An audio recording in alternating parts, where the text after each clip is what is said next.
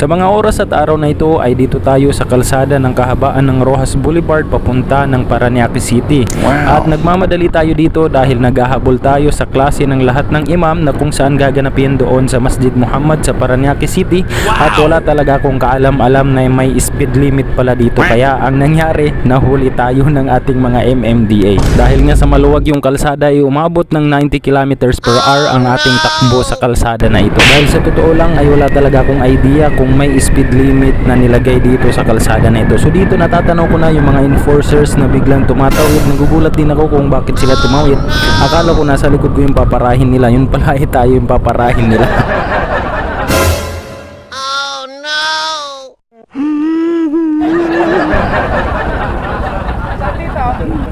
Ito pula. Ano po yun, sir? 74 km per hour po yung takbo natin.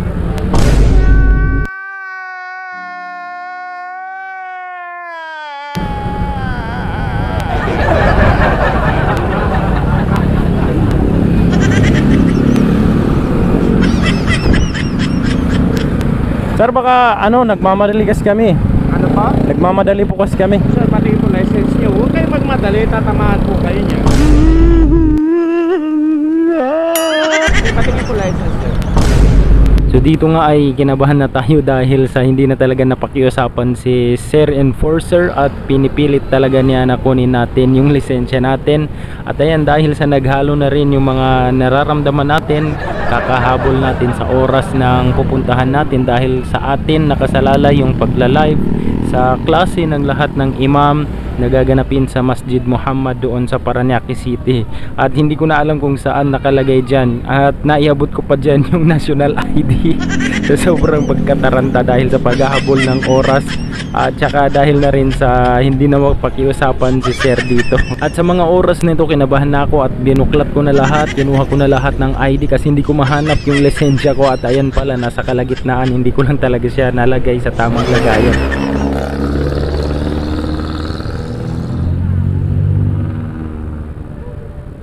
Ano po kayo sa Islam? Pari po. Pare po. Kayo, bali ka pare. Opo.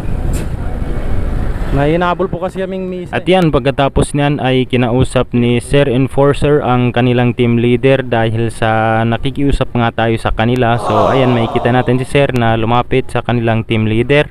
At syempre tayo naman ay lumapit din sa kanila para humingi ng dispensa, humingi ng patawad sa nagawa natin dahil wala talaga tayong kamalay-malay na may speed limit pala dito. So yun, pinagbigyan naman tayo ni Sir at wag na daw natin ulitin at mag-ingat daw tayo palagi. Sige po sir, salamat po, salamat po.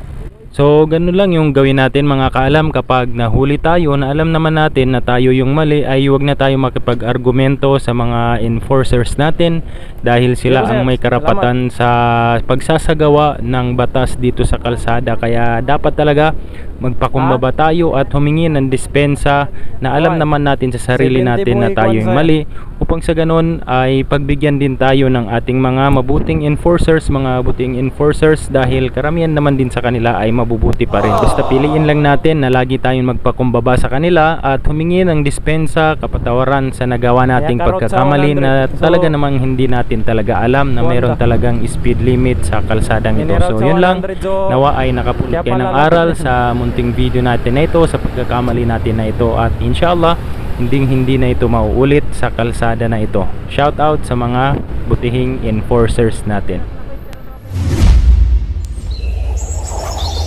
محمد كان علم كليبس